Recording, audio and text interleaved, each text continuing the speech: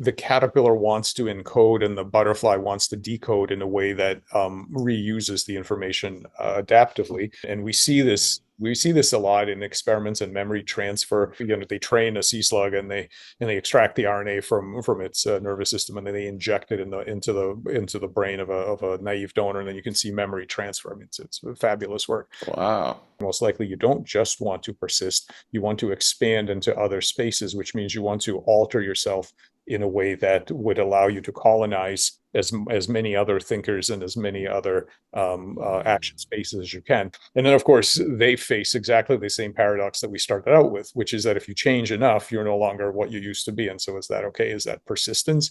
Or is that, you're gone now and something else exists? Michael Levin is a scientist at Tufts University. His lab studies anatomical and behavioral decision making across biological, artificial, and hybrid systems. His work spans developmental biology, artificial life, bioengineering, synthetic morphology, and cognitive science. Today we'll discuss his recent paper, Self-Improvising Memory, a perspective on memories as agential, dynamically reinterpreting cognitive glue.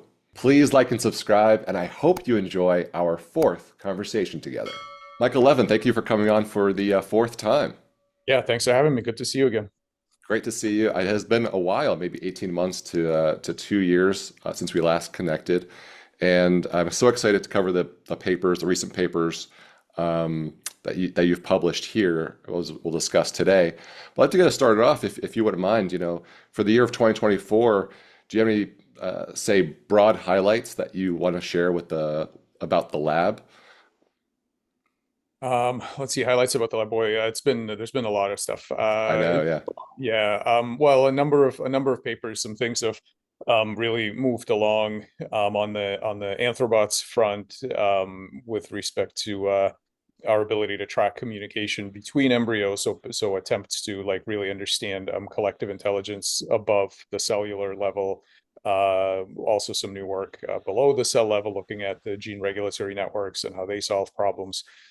So yeah, there's some stuff coming actually soon that was developed mostly in 24. It isn't published yet, but some things on novel transcriptomics of anthrobots and xenobots, and yeah, lots of interesting things. Lots of stuff. That's so cool. It's so cool to follow all of your work and your team's work. And today in this discussion, we're going to try to cover three of your recently published papers. And I'm going to try to structure it like past, present, future. So we have the past, we'll focus on this paper called Self-Improvising Memory. And then the present, the second act will be the second paper on stress sharing as cognitive glue. And then the third, AI, a bridge toward diverse intelligence in humanity's future. So that'd be ideal to cover all three of those. I know we touch, but if we get into one and we're very in depth into one, that's totally fine. We can just cover one or two of the papers. But I'd love to get us started with this self-improvising memory. And could you explain the central thesis of this paper? Yeah, well, it started when I started thinking more deeply about what's going on with the caterpillar butterfly transition. So for years, I've been thinking about. So let's just say what the data are. So the data are Sure. a caterpillar. It's a soft-bodied creature. It has a particular kind of controller that it uses to move around, basically in a two-dimensional world, eating leaves, which is this very specific type of brain that it has. And it turns into a butterfly, which is a hard-bodied kind of creature, completely different controller, flies in three-dimensional space. And in order for that to happen, the brain is massively remodeled. So most of the connections are broken, many of the cells are killed off, and then it basically rebuilds a new brain. So the remarkable observation, this was made for certain kinds of metamorphic systems years ago by the Shaman group, and then more recently in caterpillars and by Doug Blackiston, who's currently a staff scientist in our center, was that if you train the caterpillar, the butterfly remembers the original information. Now, one of the cool things about that, of course, is that we have here a computational medium that where the information survives massive refactoring. So we don't have any technologies like that where you can store some data and then you sort of rip up the medium, reconfigure it completely, and everything works. So I've thought about this a lot over the years as a challenge to our computational kinds of architectures. What does it mean to store information in a way that survives that kind of that kind of massive damage and remodeling? But I realized earlier this year that the much more interesting feature there isn't the maintaining the fidelity of the information, but it's actually remapping the information onto a completely new in a completely new kind of being with new problems, because Mm, the butterfly doesn't need the exact memories of the caterpillar. In fact, it can't use them. The specific memories of the caterpillar are of no use to the butterfly because it doesn't move the same way. It doesn't want the same things. It doesn't want the leaves that the caterpillar was trained to find at a particular color. It's not going to move the same way. You can't just keep the same memories. What you have to do is remap these memories onto a new substrate. mm, So and make them make sense, make those memories be useful to you in a completely novel configuration. So if you think more deeply about it, you realize that this isn't some weird, unusual uh, feature of this lifestyle, this metamorphic lifestyle. It's actually extremely fundamental in biology, and this goes back to a paradox. I used to think it was Bateson's paradox. I'm actually not sure who came up with mm, it, but the idea of the paradox is this: if as a species, if you remain the same, you will eventually die out when the environment changes. You can't keep up and you'll die out. But if you do change, then you're not the same species anymore. So once again, you're gone, right? That original being is no longer there. So the paradox is, how do you survive and persist while necessarily changing fundamentally? And this is true for all of us. This is the consequences of education, of transformative experience, of puberty, of mm, the question is, is the past me still around, or is this different in some way? This being different. So mm, so I started thinking about this, and I generalized this in the following way. That paper, the self-improvising paper, does a couple of things that I think are useful. One is that it proposes this architecture, which is useful both on the kind of time scale of a single cognitive agent, but also on the evolutionary time scale. And the system looks like a big bow tie. It also looks exactly like an autoencoder architecture for used in computer science and machine mm, learning. So what you have is you have this big funnel on the left side, and then there's a thin node or layer in the middle, and then there's a big funnel going out, right? So you can imagine that kind of bow tie. And mm, so the idea is this. So let's just imagine this for the cognitive case. You as an active agent, you have input, stimuli, experiences that you have. So these come in with very specific details. If you're a cell, it means there are specific molecular things going on, let's say on your membrane. If you are an animal, you are receiving signals from certain receptors that you have in sense organs, and so on. Um, so all of those are coming in, but you can't afford to store the exact details, because by trying to track the micro details, right? By trying to be a kind of Laplacian demon that just tracks the micro details, you will be eaten and die in no time. mm, The real world does not afford you the time and the energy that it takes to do all that. So instead, what you have to do is you have to generalize. You have to compress all of those instances into some kind of very simple generative kernel that is going to capture what's essential about all the different details. Like, lots of those details are not essential. If you saw a particular stimulus, the exact shade of color and where the pixels were on your retina, those are not typically the useful things. But there's something else about that experience that maybe you've inferred a pattern in the stimuli. So this mm, intelligence does is it goes from particular instances to a general rule. So then you remember this pattern, you learn and you remember this pattern, and so that's what you have access to as a memory engram. So you store that as a memory engram. But then later, and it might not be very much later, it might be, this, you can think of the center of the bow tie as the now moment. So you've got the past, right? You've got this now moment, and then you've got your future. mm, That now moment moves along, and very, very shortly thereafter, you now have to reinflate those generative memory traces into some kind of coherent story about what's happening now and what it means and how you can use those memories. And so another thing that I try to do in that paper is to recast your memories as messages from your past self. So to use the same kind of um, formalism that we use to analyze communication between agents at a given time. So laterally, right, the way you communicate with others is you can also think about all of your memories as communications from a past version of you. And all of your actions and the things you learn now are messages that you are recording for your future self. Um, long after I read that, I wrote that. I read a funny, I think it was a tweet by Sam Gershman who said that your most important collaborator is you 6 months ago, and he's not answering emails. And that's really that's very good. That's That's good. Yeah. if I had had that back then, I would have used it as the subtitle of a section in that paper, because Yeah. it's basically what it reminds us of is that you don't have access to the past. What you have access to are the memory traces, the engrams that have been left by your interaction with the past in your mind and your brain and body. And now at every given moment, and this I think is interesting for kind of the definition of what it means to be an agent or to have a mind, is to be in charge of constantly and be driven to constantly figuring out, what do my memories mean? You don't think of it typically. I think typically we don't think about it. We just assume we have memories and we know what they mean. Well, Right. that might be true in our computational systems where the bottom layers are highly reliable, and there's this abstraction where when you program at a higher level, you don't expect you don't have to worry about the data in your register sort of floating off and changing into something else and so on. And so we can get into that too with the Mm. different with computation. But the thing about biology is that uh, you are always working in an unreliable medium. And so this is where I just finish the thought on the cognitive side. So you've got these engrams, and then you have to reinflate them.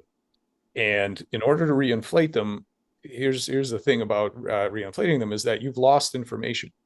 Uh, there are lots of correlations and other things that were specifically squeezed out of that data when it was written down. But now that you have it, you don't know exactly what it means. You don't know exactly how your past self interpreted it. You don't have access to that. What you have access to is the recording itself, and now it's up to you to reinterpret it. And you might reinterpret it in exactly the same way, but you might not, and you don't have to. You don't have any allegiance to that. You have to. Biology tries to make use of information at the moment in whatever best way that it can.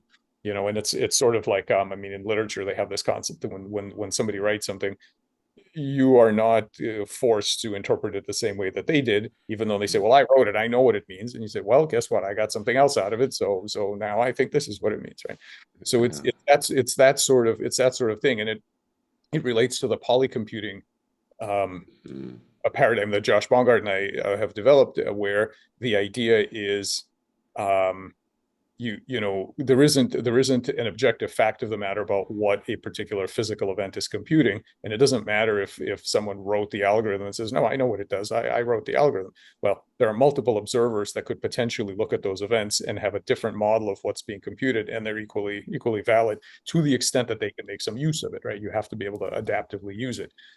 So that means that the left side of the funnel is largely algorithmic, because compression and inference and so on, you can imagine that as an algorithmic process. But the right side of the funnel is creative, because it's underdetermined. You can't simply deduce what was meant by the memory traces you have. You have to interpret them in the current context. So it's a view of cognition as a continuous sense making, where you're trying to make models of yourself and your world, and you have to reconstruct them all the time, because all you have is the traces that were left to you by the past self. And your past self may be very much like your current self, in which case it might not be too hard, but also it might not.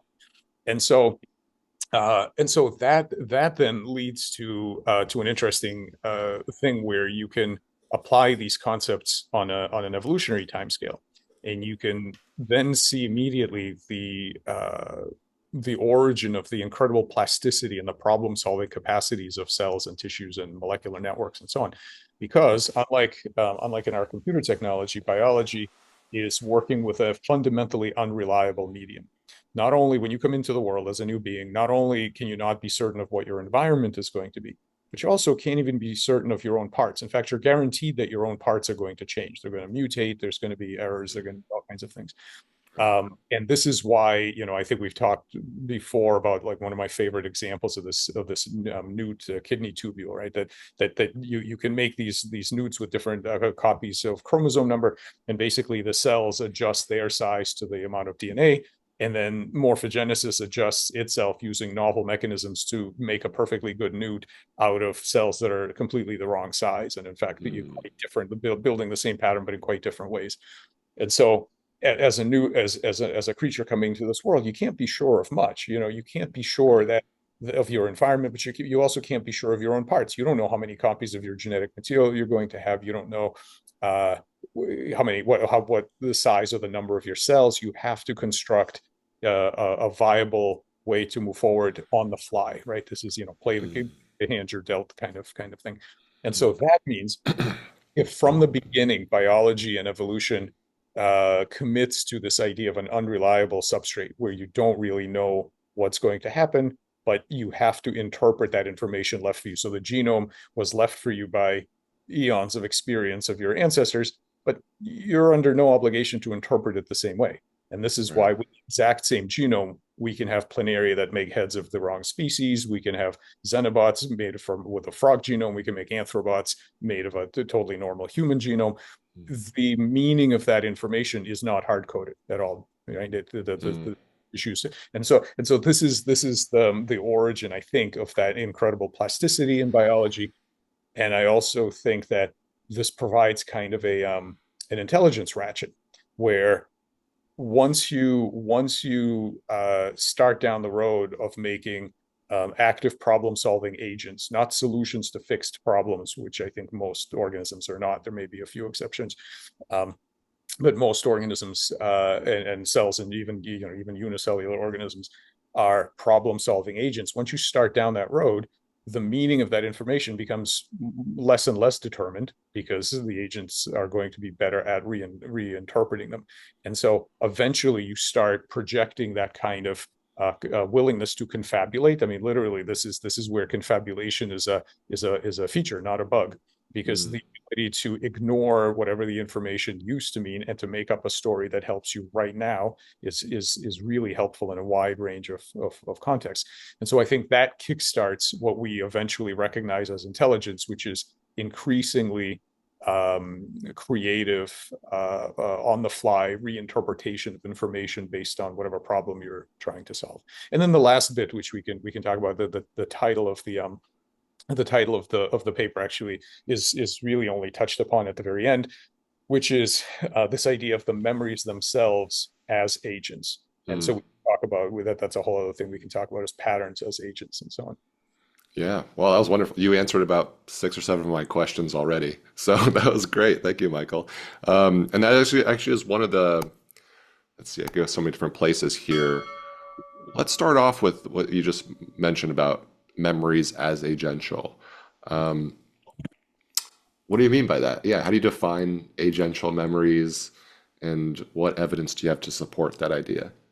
Yeah.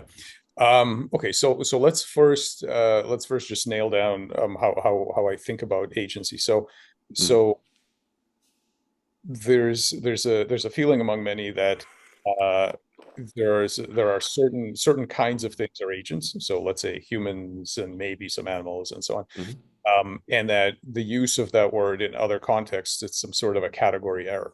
So my feeling on all of this is that these categories are not sort of given to us by on high, and that then we are then required to stick by them. I think the category should follow the science, and that means that the way you know when you have agency is you take the tools that we normally have. So these are the tools of behavior science, of cognitive science, and so on. The tools that you normally use to interact with agents, and then you empirically, you don't sort of sit back and assume, but empirically you apply them to other types of things, that being molecular networks, cells, tissues, organs, cyborgs, biobots, whatever. And you see how far that gets you, and you see where that gives you advantages and disadvantages. So I see agency as something that's only applied. It's a term that can only be applied after experimental study, and you need to have a specific hypothesis about what problem space it's working in. And by the way, that problem space does not need to be three-dimensional space. So when people talk about embodiment and they mean some sort of wheeled robot or something that runs around and does things, I'm talking about solving problems in transcriptional space, in anatomical morphous space. I do all these other Right. spaces that biology navigates, but are hard for us to visualize. So that's my take on agency. So now let's think about the spectrum of agency. What kinds of things are on that spectrum? So I've previously talked about placing some unusual things on that spectrum, like cells and tissues and slime molds and even molecular networks. We've shown learning in molecular network models and so on.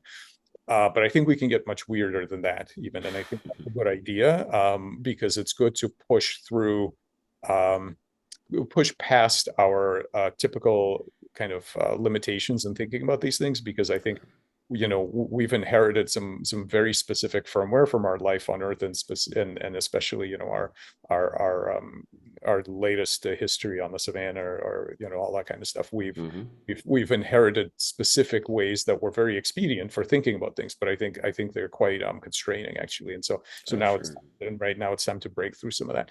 So I started thinking about the following dichotomy, because most people typically think, well, okay, we have actual physical beings, and so those might be biological beings, they might be some sort of engineered machines or whatever, but we have things that do things, and then we have patterns, we have data, we have information that these things process, we have patterns in various media. So whether they be in a cognitive medium or patterns in a digital, a memory medium, whatever, we have patterns. So we have patterns, and then we have cognizers. So we have thoughts and we have thinkers. And William James said something interesting. He said that thoughts are also thinkers. And Yeah. so how would that work? So first, let's just to kind of warm us up. Let's think about a science fiction story. And this is, I think, based on a story that I read many years ago. I'm actually not sure if that's really the case or what the story was, but Mhm. and no doubt I've bent it completely out of shape. But anyway, but here's but I think it's good. And here's the Yeah. story. So just imagine, uh, from the core of the earth, from the center of the earth, come these beings. They sort of work their way up, and they're incredibly dense because they come from the center of the earth. So they're incredibly dense. Their vision is, I don't know, in the gamma ray range or something like that. And they're walking around. What do they see? Well, the first thing they see is that the earth is enveloped in this very tenuous kind of plasma. That's all of us and everything that we see as physical objects. They don't see any of this. They to them, they are so dense that to them, all of the things that seem solid to us are just ethereal, wispy kinds of gaseous patterns that exist around the earth. And much like when you walk through a garden, there's all sorts of patterns of pollen and smells, and there's all this stuff, and you just sort of walk through it. You don't even see it. It's these patterns in the medium. So they're walking around and kind of stomping through everything. And one of them is a scientist, and he says to the others, I've been watching the gas that our planet is surrounded by, and I see these kind of patterns in the gas. And he said, what kind of patterns? Well, they're sort of temporarily persistent patterns. They kind of hang around for a while, and they seem to be doing things. It's almost like they almost seem agential. They almost seem like they move around and they try to protect themselves from dissipating, and they have certain goals, and it almost looks like they're doing stuff. And the others say, well, that's crazy. But like, we're real, we're physical. Patterns can't be agential. And by the way, how long do these patterns stick around? Well, about 100 years. Well, that's nuts. Nothing interesting can happen in the space of 100 years. Um, and I added to this story. There's a blog post that I have where I kind of do a dialogue between the one of those core scientists and one of these Mhm. patterns, and he says, look, I feel crazy talking to you because you're just a pattern in this medium, and the human, which is of course the pattern, is trying to convince them, no, we're real too. It's just a matter of perspective. Like we're real. And it's funny that there's another story which I'm quite sure is a real sci-fi story about a stream of plasma pattern that gets ejected from the sun, and the humans are flying by in some sort of spacecraft, and they don't realize that this is also a sentient being that's just been sort of ejected from this Mm, from its home, and so on. So anyway, so the point of all of that is to remember and to remind ourselves that we are actually also temporary patterns. We are temporary patterns in metabolic space, and we persist for some amount of time, let's say on the average of 100 years or so on the scale, and and we try to keep ourselves together. But much like hurricanes and solitons and gliders in the game of life and various other kinds of, temporary self-organizing and self-persisting patterns, one can take that view. And so that reminds us that this distinction that everybody makes very categorically between real real things or thinkers and the patterns within them or thoughts is really a continuum. It's very much a continuous measure that's up to the eye of an observer to note. And so that then mm, suggests the following, which we are now just beginning to. This is something that Josh Bongard and I and Richard Watson and Chris Fields and some others are starting to think about, which is what if you turn the standard computing paradigm on its head? So normally you have these Turing machines, you got the machine, and that's the agent doing things, and then you've got its memory tape, and so it's writing things. And so what if you look from the perspective of the tape? So, and in fact, not just the tape itself, but the patterns on the tape, because in a certain sense, they run the show. The machine is going to do what it does based on what the information on the tape says. mm, And so you can imagine with these. So now back to memories as agents. So imagine this continuum. So you've got these. You've got fleeting thoughts. So these are patterns that run through a cognitive system, and then, if it wink out of existence, they disappear. So they're very short lasting. But then you've got some persistent thoughts or recurrent thoughts that are kind of difficult to get rid of. And we know from clinical psychiatry that there are those kinds of thoughts that once they establish in certain minds, they're hard to get rid of. Depressive thoughts and obsessive thoughts and things like that. And in fact, some of these thoughts do something interesting. They do a kind of niche construction, meaning that they actually, the more you have those thoughts, the easier it is to have more of those thoughts. They literally change the brain. There have been studies on how brain ultrastructure changes with those kinds of thoughts. That makes it easier to continue having that cycle, right? So these kinds of thoughts are a little more permanent. They're a little more they contribute a little more to their own survival. They're in fact changing the thinker by their presence. And then you sort of move up the spectrum, and you can say, well, what about dissociative identity disorder, personality fragments? They are even more agential. They have goals. Some of them can talk. They will certainly affect the thinker in ways that changes how they persist and how others persist. And then eventually, then you have a full human personality, and then who knows what's after that, right? Transpersonal psychology suggests there may be something past that. So you can imagine these different, much like you have for quote unquote physical objects, of which all of us living things are really just temporary metabolic patterns. Um, mm, you have a spectrum of agency there, and then you can have a spectrum of agency in these kind of patterns too. So that's what I'm talking about. This is just the very beginning of this research program. So uh, the conceptual part of it is to start looking at it as active data.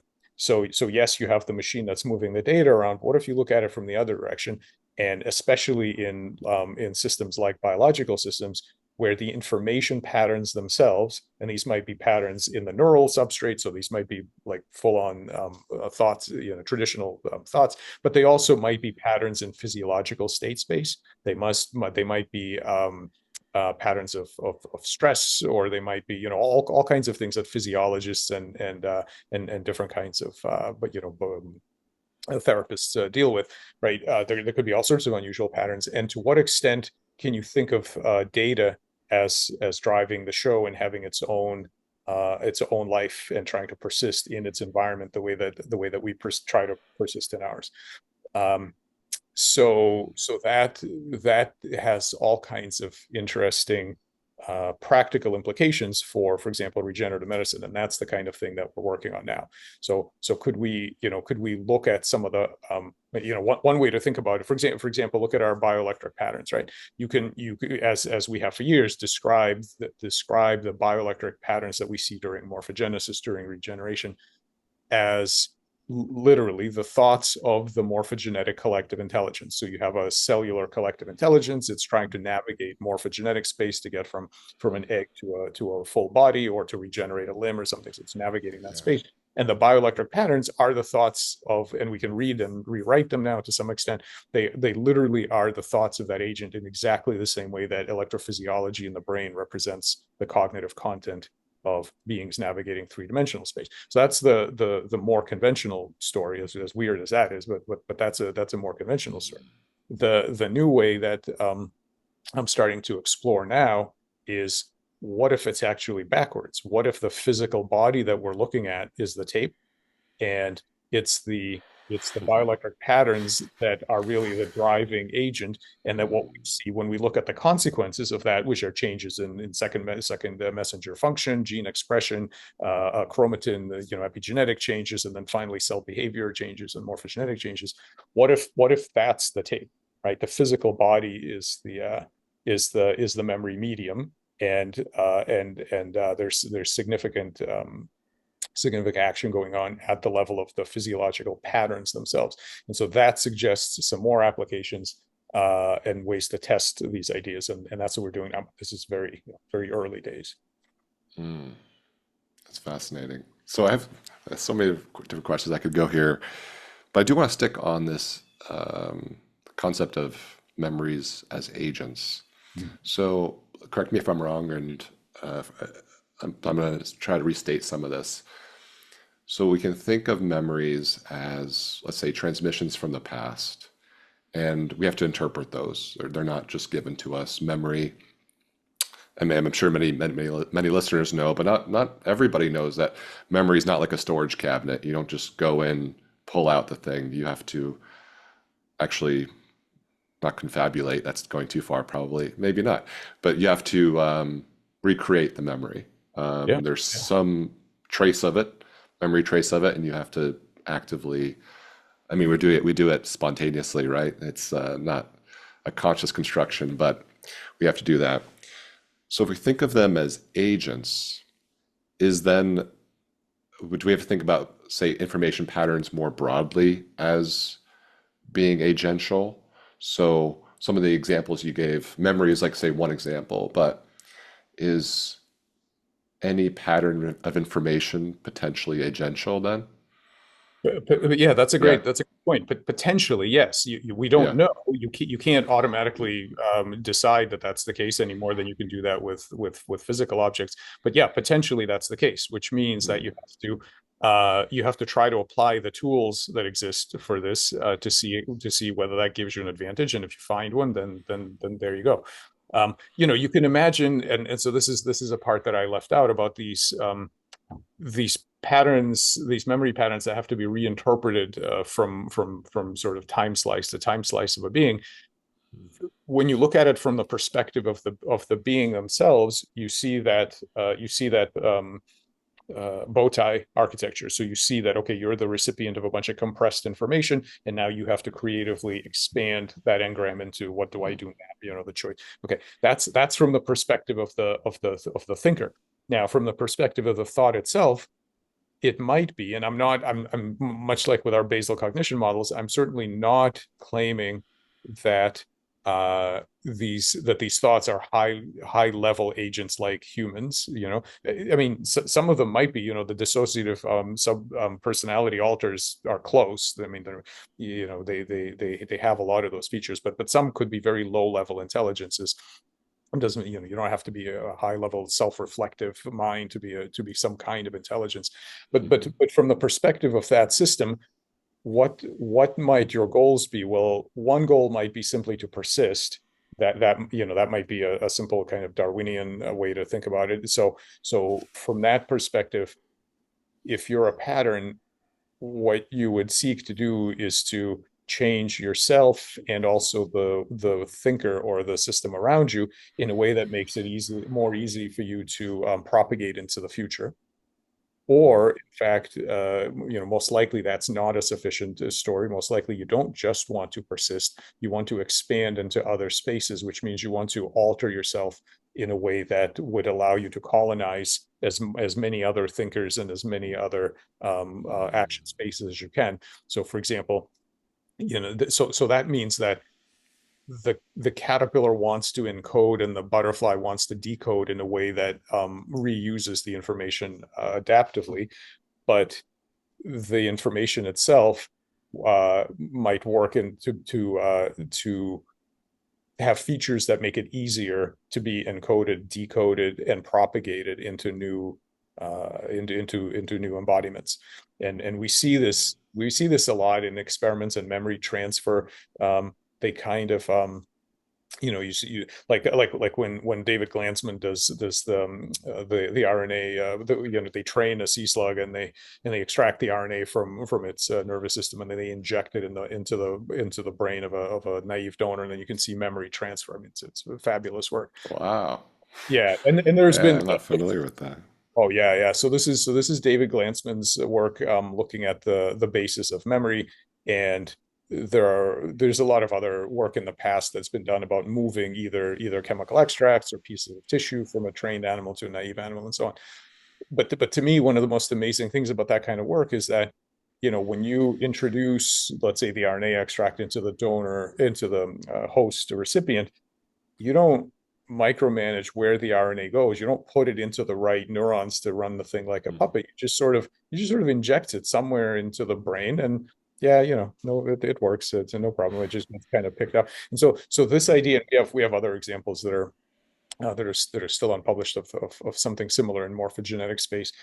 So yeah, I think there are incentives on both sides actually for these Mm. to be reinterpretable, and for the agent to be good at reinterpreting them, and for the memories to be good at being the subject of that kind of process, and thus colonizing the future, and colonizing and expanding into new spaces.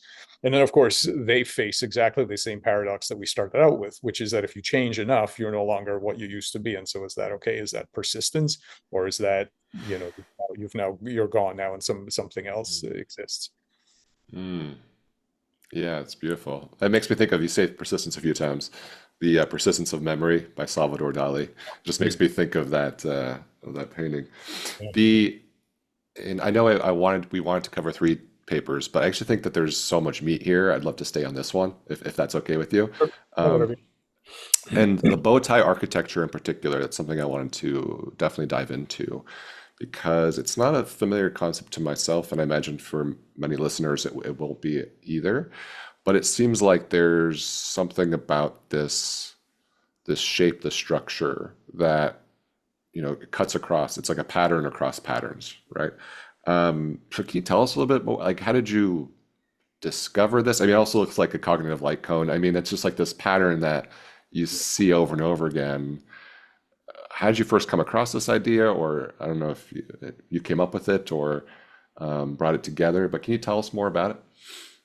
Well, I certainly didn't come up with the bow tie architecture. So that's Okay. been around for a really long time. Mm, It's been around in biology. If you look at um, things like signaling networks, a real common one is there's a million different things that cause calcium fluxes, and calcium fluxes cause a million other different things. So you have this bow tie where like all this different stuff feeds into calcium, and then it fans out again. And there's a lot of discussion in the community. Okay, but how does the specificity work? If everything boils down to calcium, how do you figure out on the other end which one of these things?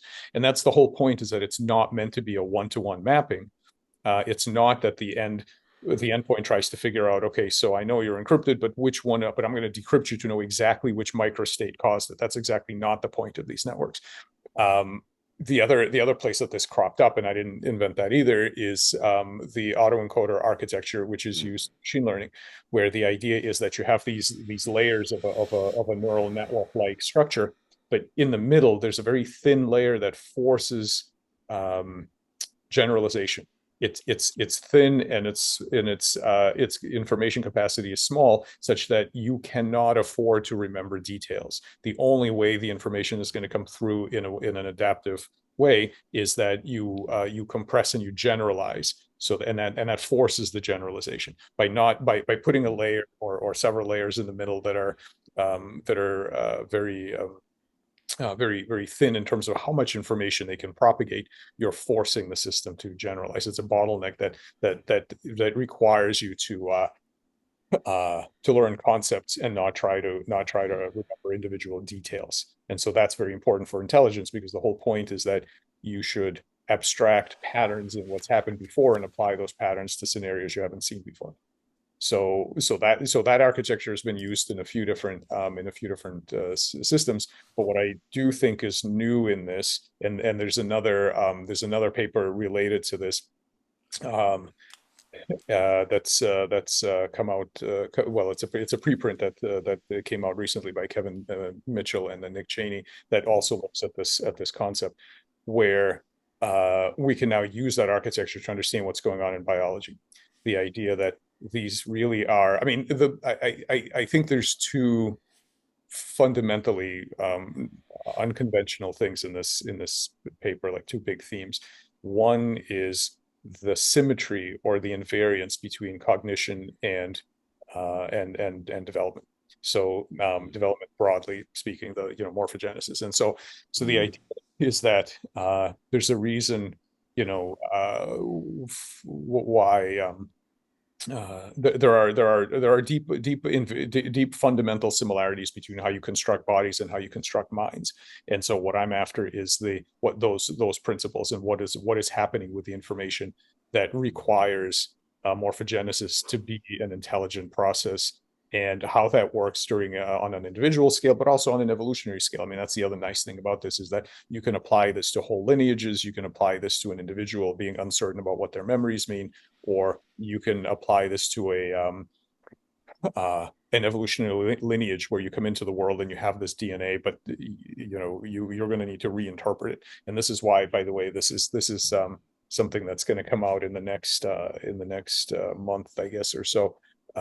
Is some of our work on transcriptomics in xenobots and anthrobots.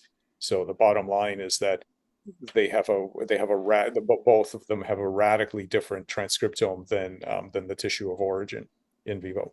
And so the DNA is the same, but in your new environment and more, I mean, the environment's not that different, actually. The environment's almost the same. What's different is your embodiment. You have a new shape, a new way of getting around, a new function, new behaviors. And how are you going to use the affordances you receive from evolution, all the DNA and all the other cytoplasmic components that you have? How are you going to use them for your new life? And so that I think that invariance and that scaling across space, across time, the movement of concepts from cognition and behavior onto the construction of bodies, morphogenesis. So I think that's kind of new. And also this idea of the information that moves through these kinds of bow ties as being potentially an agent too, which means asking ourselves, what does the world look like from the point of view, or from the perspective of that information? It's interesting from the perspective of information. I mean, I think a very this is like comical that going through it to a bottleneck, right? The information, I mean, as if it had a perspective, or as if it could see, but imagine that being quite scary, actually, to be condensed down and compressed down. But then, of course, there's the way through, and then more expansion on the other side of it. Yeah. So right. So I think scary is the right term, because this, and I don't, not to get into matters that are kind of above my pay grade, but it does sound like a lot of things that people who, and I've had a lot of contact from people who work in therapy and psychiatry and so on these kinds of ideas. This idea that you're going to go through a bottleneck, what comes out on the other end, if you want to compare details, it's not going to be you, because you're not going to be the same on the other end of it. but that's the price you pay for improvement, for learning, for growth, for projecting into new problem spaces, for creating new meaning. And so, right, so that is scary, and it's especially Mm, scary if you commit to a kind of object permanence with respect to the self. So if you think you are a stable thing, then yeah, you're in trouble, because no matter what, you're not going to be here for very long. But mm, if you have a more process view, where what you are a kind of pattern with certain features, and you have the ability to shape those features over time, and that already means that the old you is not going to be here, but you get to shape the new you in the and but the environment's going to try to shape you as well. So there's some mm, tensions there. But yeah, I think you're exactly right. It's back to that same paradox, that that kind of architecture gives you the plasticity and the intelligence to adapt and exploit other realms and other domains of activity, and so on. But that means you are not going to be the same. right.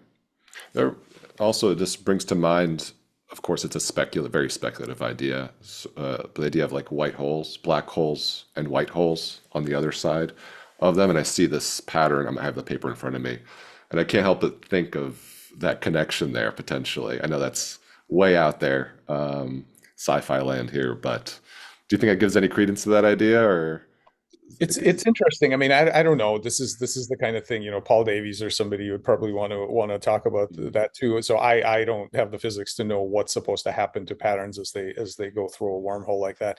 Mm, But I don't think it's crazy to ask the question uh, with respect to, I mean, especially if, okay, under sort of conventional theories, you wouldn't expect anything like that. You wouldn't expect there to be any reason why these things would map onto to that wormhole scenario.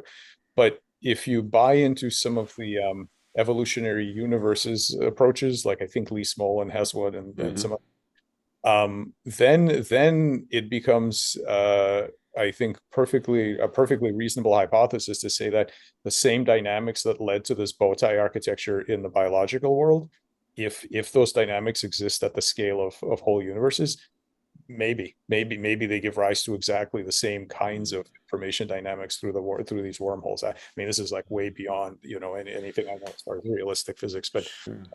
I think if you take the longer view of like some of those models, then I don't see why not. Yeah, that's fascinating. The other thing too, I'd love to, a big topic in the paper, you talk about confabulation. Mm.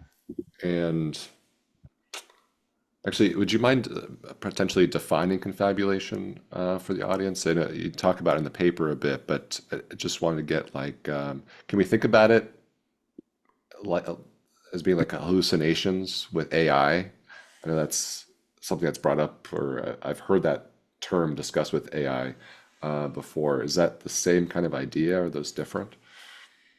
So I okay. I don't have any reason right now to think that the kinds of phenomena that we see in current language models are the same, have the same origin, where the confabulation has the same origin as it does for us. I will put an asterisk there that we can talk about, which I think is that we have to be very humble about our claims of, even though we write these things and we make them and whatnot, for a number of reasons that we could talk about, I think we have to be quite agnostic still at this point about what's actually going on there. But the end point is actually, I think, quite similar, which is the desire to or the functional drive to uh, output behaviors that are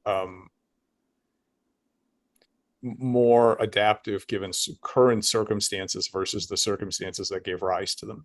So an allegiance to saliency and adaptive quality, not to history or veracity or fidelity of the data. And so let's just define what we mean when we talk about confabulation. Here are some examples that people have found in human patients. Uh, some of the earliest ones were from split brain patients.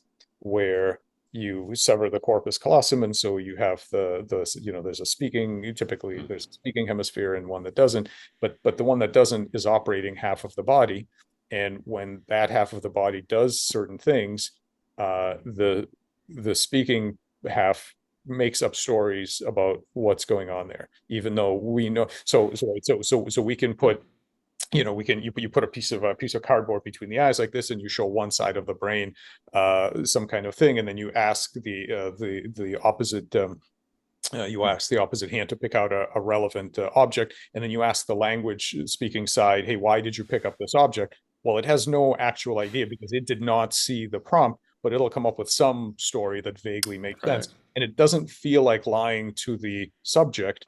It just feels completely natural because we are driven to make stories about ourselves and our world that make sense. That's a Mm. fundamental thing.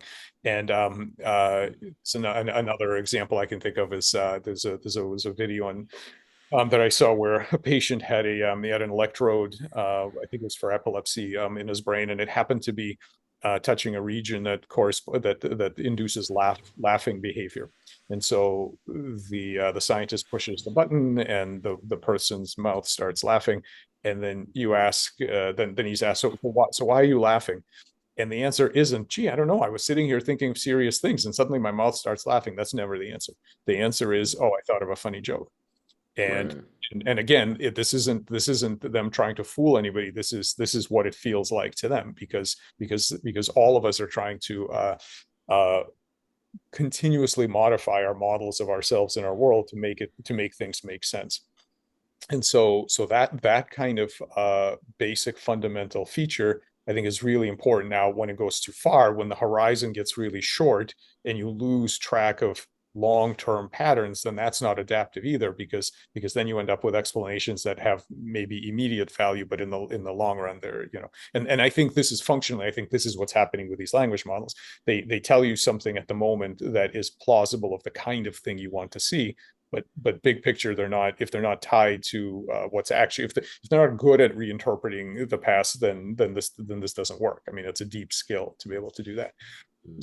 So I think it's fundamental, but I think we still don't understand. I mean, the biggest mystery to all of this is like the one thing that I've hardly cracked this deep issue here. All I've done is draw attention to a new way of thinking about it. The deep issue is how the creative interpretation actually works. When you're handed these engrams, decoding them in a way that is adaptive, that's really important. I think if we understood how that works, we would have much more insight into ourselves, but also into new computational frameworks that would do a better job than our current efforts. Mm. Okay, interesting. Okay, so it's a little different than it's a little askew from what I was thinking of originally. Are you familiar with at all with Gregg Henriques? He's a psychologist at James Madison University. Yeah, this reminds me a little bit of his one of his course concepts around that we're self-justifying apes. And so when you say something like, yes, one part of the brain is explaining something that has no access to the thing that we're doing all the time, much of the I, time, is sort of justifying stuff. Is that right, or am I I a little mean, I off? mean, yes. I think Okay. there's a lot of value in that, but also, and I don't remember who said this. It might have been Yuval Harari or somebody said that humans are fundamentally storytellers. Like, Mm, yes, but this isn't just about humans. This is about all agents. So all good agents. If you're not a good storyteller in a primitive way, right? Meaning mm, making actionable models of yourself and your outside world, you will never get out of the single cell phase. In fact, you will not survive as a single cell, and I don't think you'll survive as a persistent, chemical pathway either. This storytelling, by the time you get to humans, we call it storytelling, but that fundamental thing, that active inference kind of loop that causes you to store some priors and to try to figure out what exactly is going on in a way that is going to allow me to make the decisions which are coming up very constantly. You have to, right, in the real world, you're going to run out of energy and die and be eaten very quickly if you're not constantly taking actions. That requires modeling, and that does not wait till we get to human stage. That was there from day one of evolution and possibly before that. hmm. Storytelling. Are there any, let's see, I'll say patterns or, huh? In terms of these information patterns, do you notice any patterns that resemble anything like storytelling frameworks or elements of storytelling that we are more familiar with Yeah. as humans? Yeah, well, I do think it would be an amazing project for somebody, and maybe there's a few people I've talked about this around here that might want to do it, is to take something like Joseph Campbell's right Sure. ontology of archetypes or these kinds of things, and try to recast them as what do those things look like for single cells? What do they look like for pathways? Mm, oh my And I mean, gosh. here's right. I think that would be completely fascinating. Um, but You're speaking but my language. That's like amazing. That is a great idea. Yeah. I think that would be Yeah. really interesting. And Yeah. like one pattern. I mean, I'll tell you one thing that I can think of right off the top of my head. And I'm no expert on myths or anything like that. But one thing that I think is really fundamental is seeing agency in the world, telling stories about agents doing things. I think is really critical, and here's why. If and I think any realistic agent that evolved under constraints of energy and time is going to need to do this, because again, just to come circle back to the beginning, if you as a living system that is vulnerable, these mortal computations, as a few people have called them, um, you do not have the luxury of being a Laplacian demon that says, I don't believe in mesostates or large scale patterns. I'm just going to track microstates. All I care about is every particle, every atom I can measure, and I'm just going to track them. Okay, well, you don't have time to do that. You'll be dead if you try that strategy.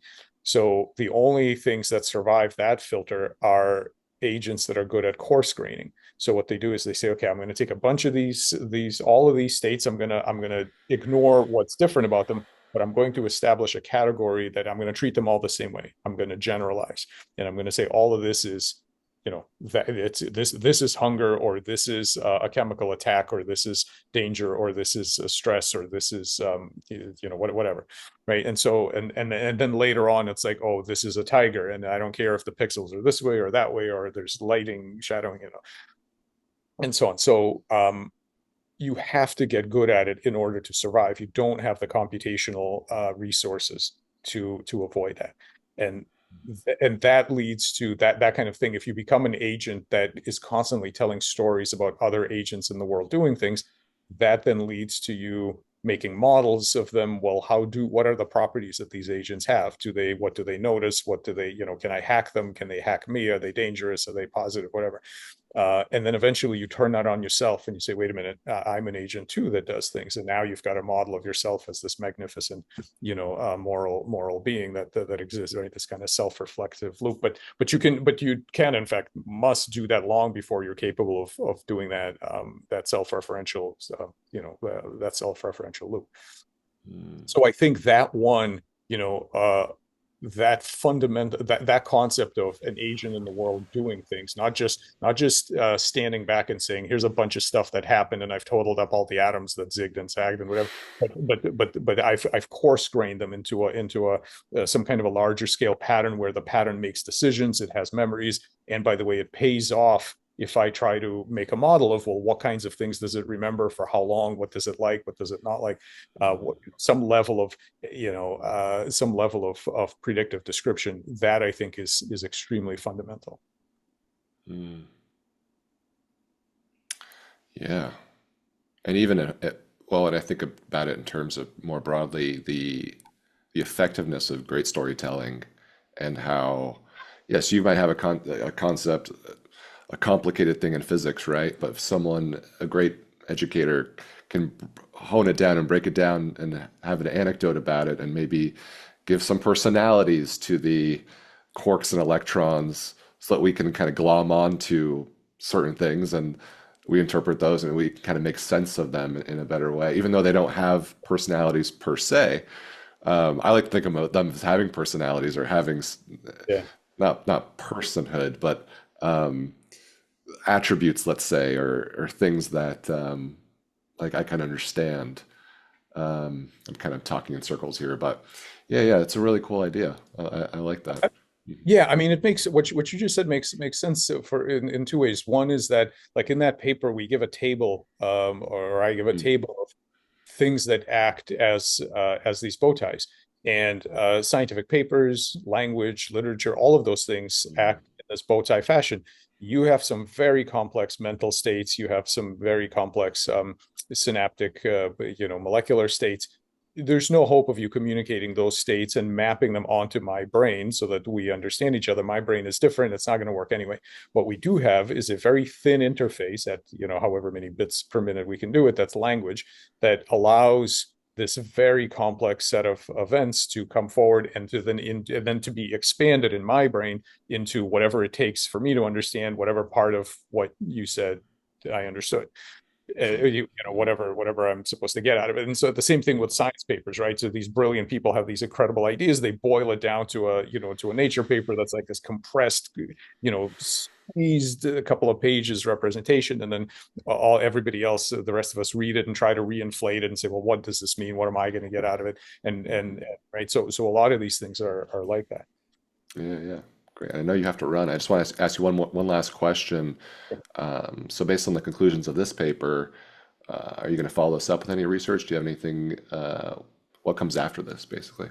We have a ton of stuff. Well, conceptually, what comes off after is some computational work that we're doing to tie um, uh, the polycomputing framework into all of this. And so Mm, Atusa Parsa, who was a student with Josh Baumgarten, was responsible for a lot of the actual primary work on the polycomputing. I mean, she drove the early polycomputing work.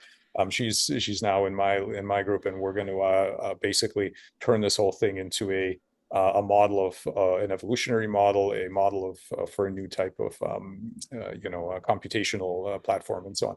But then the biology of it becomes really a search for the mechanisms of this creative interpretation. So when you do have these engrams, what are the mechanisms by which those get mapped onto whatever the novel scenarios and the novel problems are? And that's something that we're using in our synthetic morphology models like anthrobots, xenobots, and some other things that'll come out this year, where we can actually start to ask, because there, I mean, one reason for making those things is that there the problem is stands the starkest. You're a xenobot. You've been given some DNA. Was any of that DNA about how to be a xenobot? Most of it wasn't at all. There's never been any xenobots. There's never been selection to be a good xenobot. There's some physiology in there that you have in common, but a lot of it, and the same thing for the anthrobots.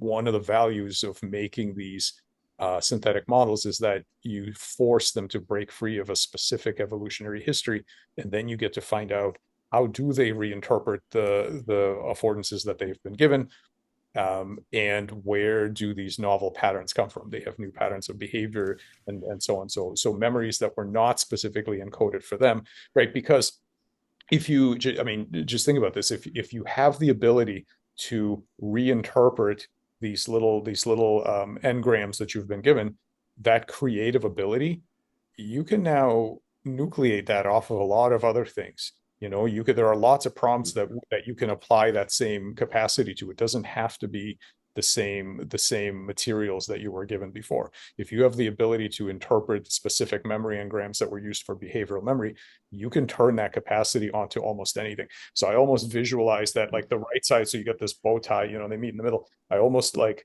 visualize unmooring this side and just start nucleating it off of other things. This is like, again, mm, brand new. I have no idea how this is going to play out, yeah. but something that we're interested in is studying how cells and tissues do that in health and disease and so on. Oh, so cool. All right, Mike, thank you so much for your time. We wanted to cover three papers, or I All right. wanted to, but we got deep into one, which I think is I prefer that in terms of going deeper into one thing than glossing over maybe three. But maybe we could talk again, and we could go into the stress sharing paper, and I can reach out to you and Emma, and Sure. Sure. Yeah, yeah, yeah, yeah, yeah. I got some time, and we'll talk about the other stuff. Yeah, no problem. great. Thanks so much, Mike. Have a Thanks very great much. day. Good to see you, Really Carlos. appreciate it. Thank you. Yeah, good to see you.